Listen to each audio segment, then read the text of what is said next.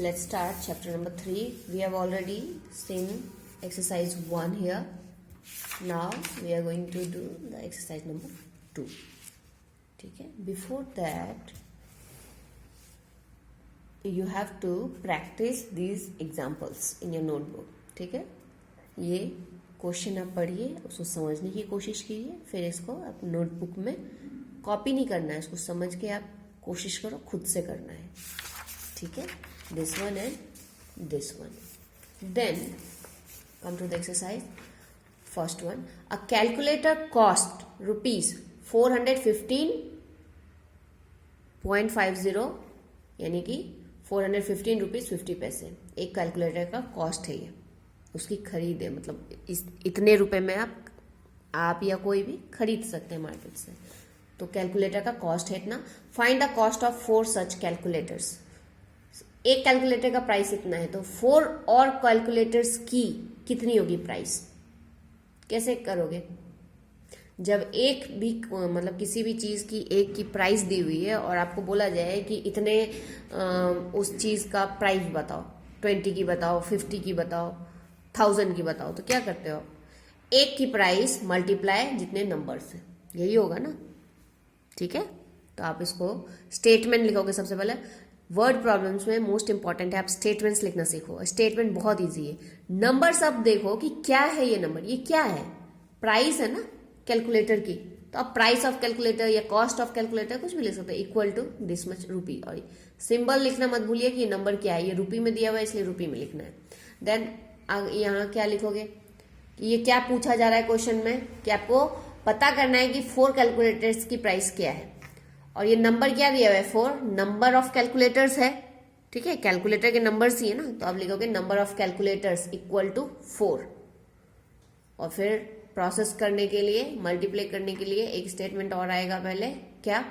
Price of 4 calculators equal to 415.50 multiply by 4.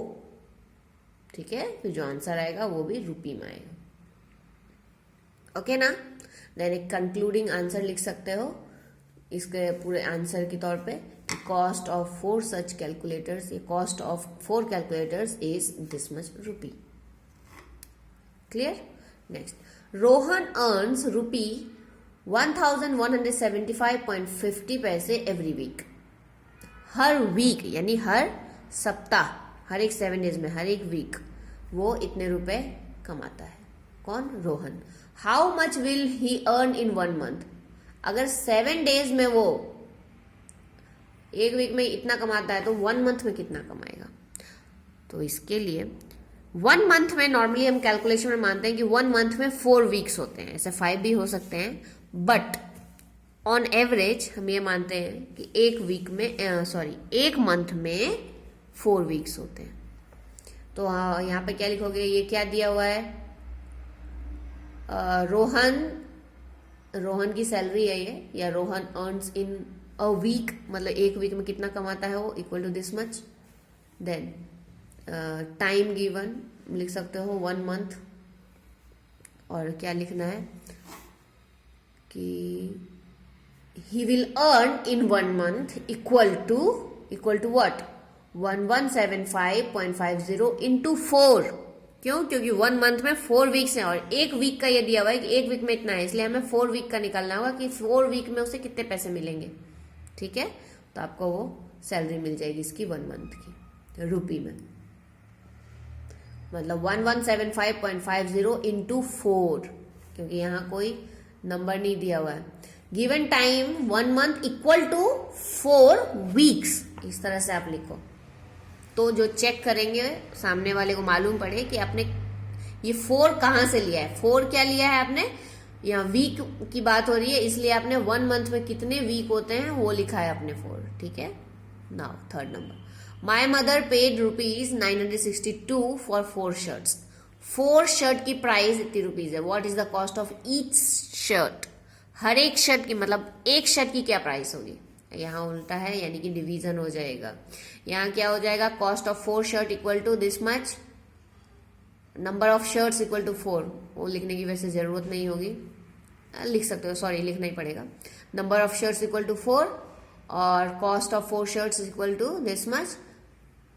फिर आप लोग क्या लिखना है, क्वेश्चन क्या पूछा जा रहा है, cost of 1 shirt equal to क्या हो जाएगा 962 डिवाइडेड बाय 4। ठीक है, तो इसको लिखने का एक मेथडोलॉजी है, वो बताती हूँ। 4 शर्ट्स कॉस्ट इक्वल टू 960 कितना है 962 रुपी। ठीक है, 4 शर्ट्स कॉस्ट, इसलिए means therefore 1 shirt cost equal to what 962 divided by 4। आप इस तरह से भी कर सकते हो, 4 से डिवाइड कीजिए, जो आंसर आएगा वो 1 शर्ट का कॉस्ट होगा। ठीक है, देन